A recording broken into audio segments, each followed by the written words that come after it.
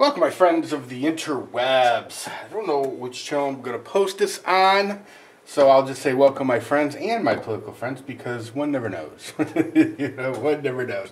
And truthfully, in today's political world, everything Second Amendment related goes everywhere, from gun channels to political channels. It's all politics. You don't get a free ride anymore. I know a lot of people who are into guns who used to tell me all the time, well, I don't get, mixed up with all that political bullshit. Oh, really? Well, guess what? You didn't get to sit on the bench. I told you then, and it's just as truthful today. No bench shitting, fools. Okay, listen, everybody knows, or should know, that I truthfully love my Sig Sauer P229 Equinox. The Equinox is a custom shop gun from Sig Sauer. Yeah. In fact, I don't know how well it's going to show, but if you look at, there's a little banner underneath the word Sig Sauer that says custom shop. And that's where the custom guys, the gunsmiths at Sig Sauer work their magic and do all kinds of fabtabulous things to guns. So, and then they put a fabtabulous price tag on them and then sell them. Yeah. Well, anyway, I did pay a little much for this, to be honest with you. I paid $1,150 for this gun, and I have no regrets other than, well, that whole site. There's no sense of revisiting that. But I will tell you, I have no regrets as far as the way this gun shoots. It's been a fine, fine shooter for me. I really like it. I love the trigger. And, well, I'll tell you real quick what's funny. Most of you know, or a lot of you know, or maybe you don't, I don't know. I had got Crystal Blade her first gun for Christmas, just last December, the last Christmas. And I bought her the Sig Sauer Mosquito, because she had shot this, and she said, I really love SIGs. Well, okay. Okay, we'll get you the Sig Sauer Mosquito. Because it did come down between the Walther Pink 22 and then the Sig, and she likes pink, blah, blah, blah. Anyway. So I got her the Sig Sauer Mosquito, and she shot it. And the Mosquito is, well, not a custom shop gun. And the Mosquito does not have a fabtabulous trigger on it. In fact, I don't like the trigger on that Mosquito at all. And I've shot probably a couple hundred rounds through it. And so people ask me all the time about that Mosquito. I'm like, I don't know. I don't know that I would have redid that whole scene, but you know what, whatever, it's still a nice gun. So anyway, so now, we went to the range, well, we went to the farm last, Sunday before last, and did some shooting, or no, Saturday, I'm sorry, last Saturday, and she was shooting this Sig, and I gotta be honest with you, it's hard to get her to shoot her Mosquito now. She took her Mosquito, she did shoot it, but I think maybe she shot 30 rounds through that, and then she put this 229 in her hands. I couldn't get it out of him, so it is what it is. So anyway, here's the thing, because there is actually there's a reason why I'm doing this. This isn't just blow smoke up people's ass about the Sig 229, because I've always had, for the most part, good things to say about it as a shooter. Not as the initial buying experience, but as a shooter, I've always had some pretty good things to say about it. Except there's one thing I never really mentioned because it was more of an annoyance, and I knew the solution to the problem. It's just that I'm a procrastinator and a dumbass combined. So instead of exercising the solution to the problem, I half-assed and just, whatever. Here's the deal. So this Sig Sauer P229 has these unbelievably beautiful, and by the way, this gun has been safety checked. There is no magazine, and I have racked it several times. Anyway, it's got these beautiful wood grips on them. They only come with this particular gun. They're just beautiful. You can buy these on Sig's website, but they're just beautiful. They're very expensive. And these screws, they're kind of a Thorx type of screw. And they look nice with the gun. Now, I'm going to flip this gun over. And what do you notice on this side? Where's the screws? Where's the screws? Well, the screws are not in this side. Let me show you a close-up of that while I've got it off. Yeah. Okay, here's the deal. Ever since I purchased this gun, the screws on the right side, this side here, would always come loose. Every time I would shoot it, from the very first day that I ever shot this gun, they would come loose. Every time I'd put, I'd say probably 2 magazines through it. And I run two magazines through it, and the screws would become loose. And so, but then I just got in the habit of tightening them up. And I always thought, well, I need to get some Loctite and just, you know, do that whole Loctite thing.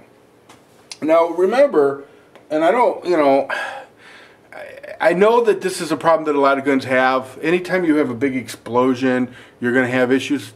Not every time. You know what? Listen, to be honest with you, this is the only gun that I've ever had this problem with. So I'm not going to make excuses for the Sig. But I do know the solution was Loctite. That was the solution. Should I have had to go get Loctite for an $1,150 gun? Well, I don't think so. But, you know, whatever. So, but I knew that was the answer to the problem. All right. But long story short, I never did anything about it. Well, no, that is not true. I did buy the Loctite. And I even bought the kind that you can actually, you know, break off. I mean, get off the screw if you really needed to. Because if I ever felt like changing the grips, I didn't want it to be such a permanent problem fixer. So I got that about 2 months ago, and I never, ever Loctited it. But to my, you know, in my defense, should I have had to Loctite? Well, anyway, we were done it right. So anyway, so we're at the farm and we're doing a little shooting. And Krista says to me, Uncle Rich, the grip's coming off. I'm like, oh shit. And so sure enough, the screws were gone. And she had it in her hand, and she could tell that it was, you know, it was loose. And I'm like, oh hell. So I went like that, and I'm like, well, yeah, screws are gone.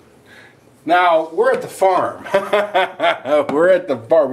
We're not in an indoor range with a you know, a cement floor, or even a nice outdoor range with a cement floor. We're at the farm. And where we're at the farm is all dirt. And I mean, we searched, and you know, surprisingly, I found one. Found one screw. That's what it looks like. Found one screw. Yeah, shockingly, to be honest with you, shockingly, found that screw in the dirt.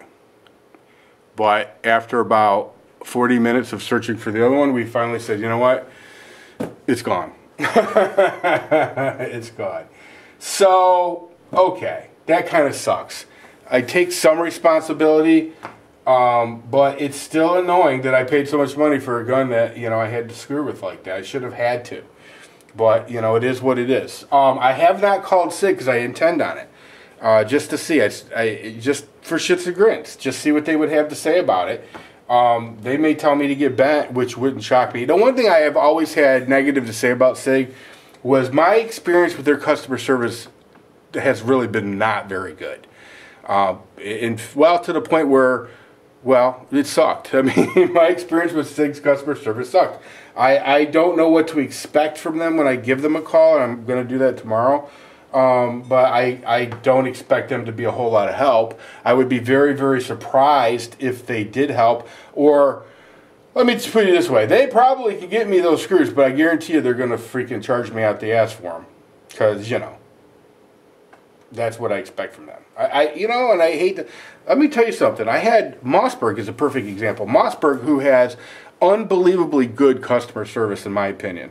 I had a problem with a gun that was well past warranty, and I basically made a video about it, sent that video to Mossberg.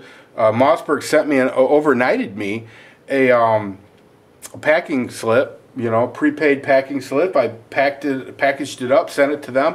They fixed it and got it right back to me, you know, free of charge, even though it was not under warranty. So we'll see how Sig Sauer handles this. I will let you all know how they handle this. I don't know if I'm going to send them this video or not. I might not, just to see. You know, just to see. So, I mean, you know, it is what it is. But I love the way this gun shoots. I love it. You know, no, yes, I have my finger on the trigger. Empty, pointing in a safe direction. But I just do. I love the way this gun shoots. It's a very, very good shooter. But I mean, you know, come on. It went to the. It's not like this is even just an average SIG. It's a custom shop SIG, which means this gun went to their custom shop. Their custom shop put these grips on. You're going to tell me that these master gunsmiths, the best of the best, supposedly, from what SIG says, didn't realize that there was a problem with either the tap or the screws or both, or I don't know. You know? Now, the other side I've had absolutely no problems with whatsoever. They've never even needed to be tightened, not once. And I've put, I don't know, I have probably put a couple thousand rounds to this gun. Yeah, easily, a couple thousand rounds to this gun. You know, mechanically, it's worked flawlessly. Unfortunately, that screw issue is screwy. Anyway, that's all I got for you. Let me know in the comment section what you think. Let me know how you think SIG's going to handle this.